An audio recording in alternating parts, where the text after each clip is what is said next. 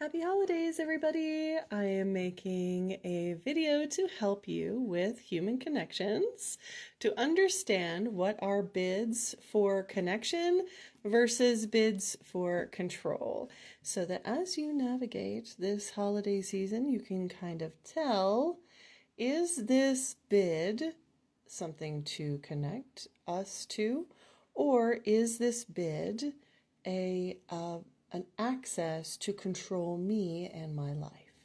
So I have a little mistletoe here as indicating a bid. It is indicating a gift.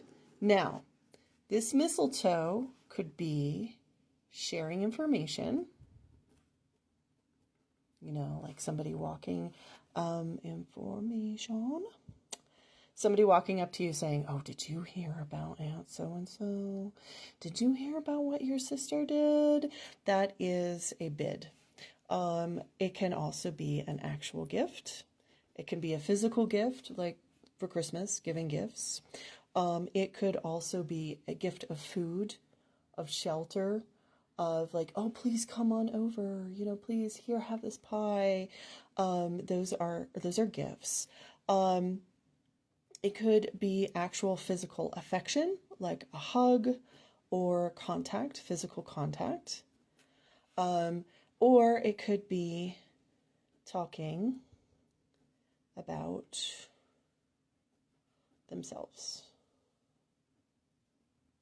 So a lot of people have a tendency to use their close friends and family as a way to talk about some of their feelings and talk about themselves, as to what they've been through for the year. And so maybe some sort of frustrations they're dealing with. But these are all different bids, and we can pass them back and forth to each other. And these bids can be for either connection or control. And it's important for you to understand when somebody gives you a bid to learn how to hone your instincts to decide, is this person trying to control me with this information, this hug, this talking about themselves with this gift? Are they trying to control me, or are they actually genuinely trying to connect with me? So here I listed 5 things that you can kind of think about in the coming days. 1, you want to make sure when you talk that you're defining terms. A lot of people get lost in different definition differences.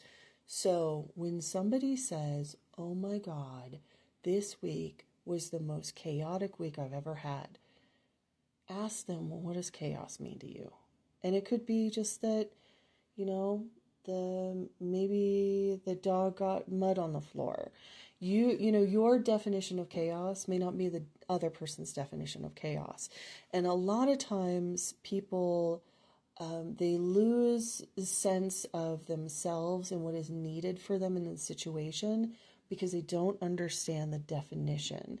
So asking definitions, it doesn't make you seem ignorant. It actually makes you seem conscientious. Even though some people may say that they may treat you as if you're ignorant if you quote unquote ask stupid questions, the thing is, asking questions actually means that you are intelligent. So it's really important when you're engaging with people, ask frequent questions on how they define certain charged terms.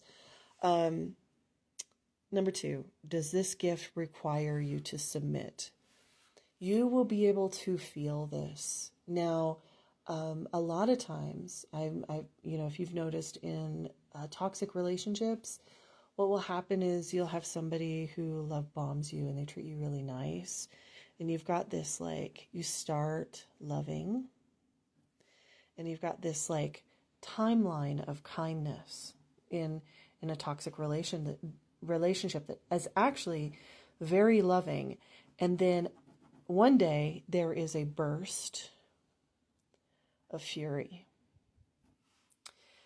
And that burst of fury, it might actually be a loss of control, to which the person says, "Oh my God, I'm so sorry." And then that it is actually a way to connect. But if there is no apology,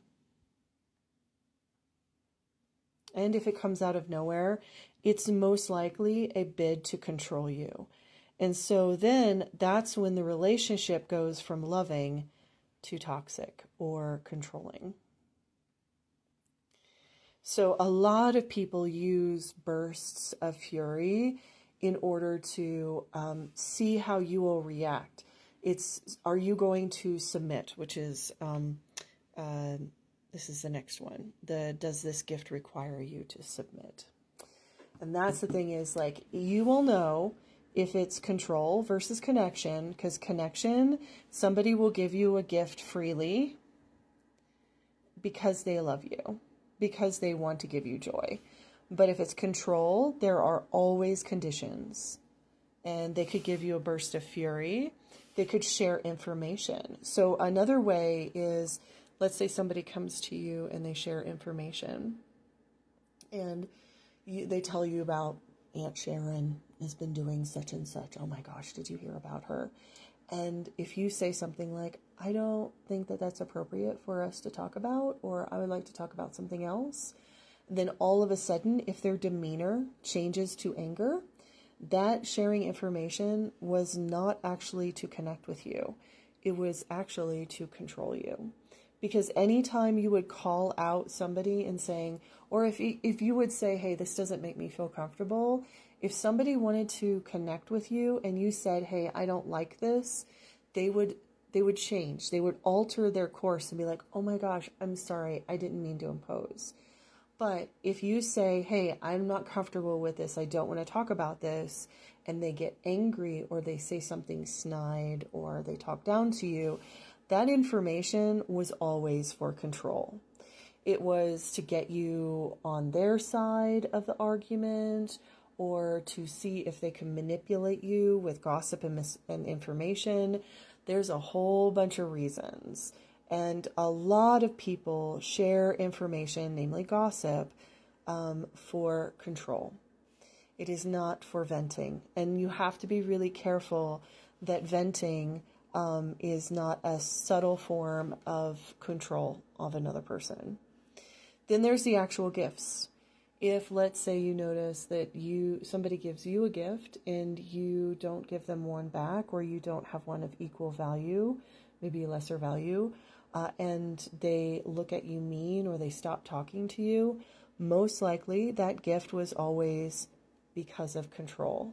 They wanted wanted an equal gift back, they were investing in you and they wanted an equal investment back, or they wanted power over you. And you might also notice that when family members give you a gift, they might ask something of you in the next couple months. They might ask something of you that might be unreasonable or to be on their side of an argument, which also often happens in family dynamics.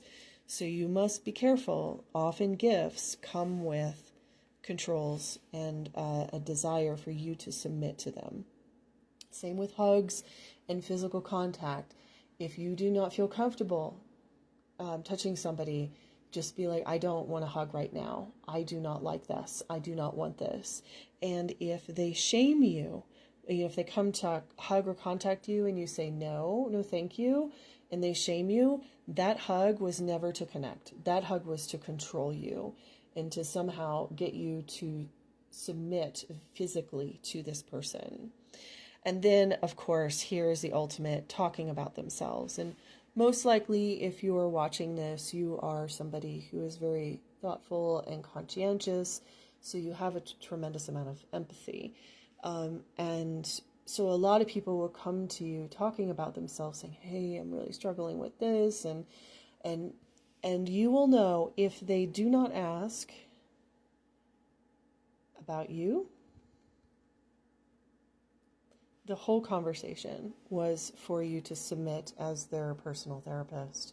You are there to serve them like a massage therapist or a counselor or somebody to soothe them and regulate their nervous system. It was never about you, and it was never about connection, but it was always about control. So another thing that you can do is, when people, and this is what I've noticed when people talk about themselves or vent and share information about others, If you ask them, be like, oh man, how did that make you feel? If you talk about their feelings, they will cut off communication right away.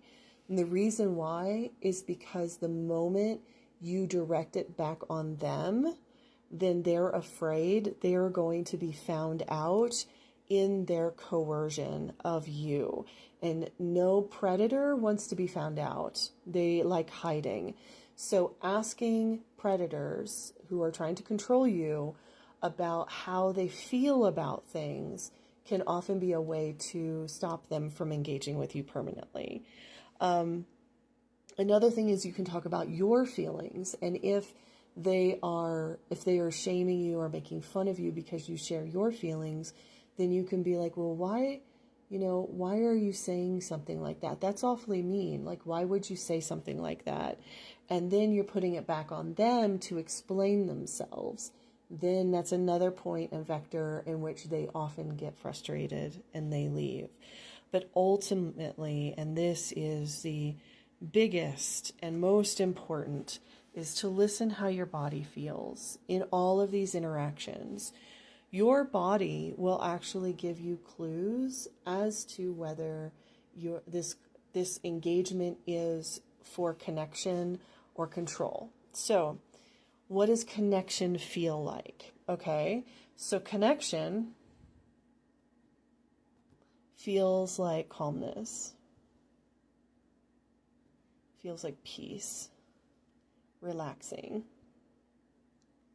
humor, laughter. All of these things that make you feel playful. Okay. So what does control feel like? Control, it feels like tightness, anxiety, on edge, wary, sometimes sad, sometimes very, very sad. There's also tenseness. You'll feel a tense. Sometimes you'll also get a stomach ache or headache. So these are some of the ways in which you can tell from your body what is happening with the energetic dynamic between the two people. Are they lobbing this little mistletoe of connection, saying, oh, hi, here's this thing, I want to connect with you? Or are they throwing back, giving you something that is meant to control you and get you to do something they want you to do? Are they coercing you or connecting? And that is the most important thing that you need to remember when you are with different family dynamics and different social dynamics. So listen to your body most of all. That's the most important. And go forward, learn how to talk about your feelings and ask about other people's feelings. And above all, the more you connect with yourself, the easier it gets to connect with others. The connection starts within. It starts right here in your own heart chakra, in your own self, your own practice. You connect with yourself by journaling, meditating, yoga, walking, whatever you need to do, you even talking to yourself. You talk, you love, you connect with yourself on a daily basis.